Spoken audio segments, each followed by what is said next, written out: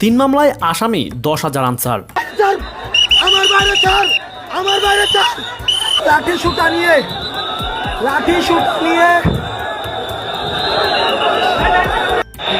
সবাই রাজুতে আয়।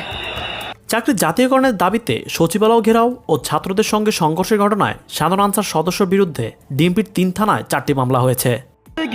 আওয়ামী লীগ ফ্যাসিস্ট সময়ে যাদেরকে নিয়োগ দেওয়া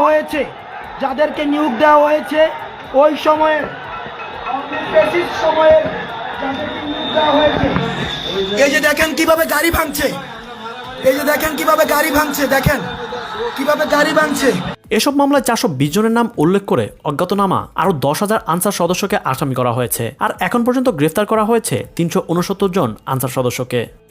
রোববার ওই সংঘর্ষের পর থেকে আনসার সদস্যদের বিরুদ্ধে শাহবাগ, রমনা এবং পরবর্তীতে বিমানবন্দর থানায় মামলা করা হয়। ঢাকা মহানগর পুলিশের জনসংখ্যা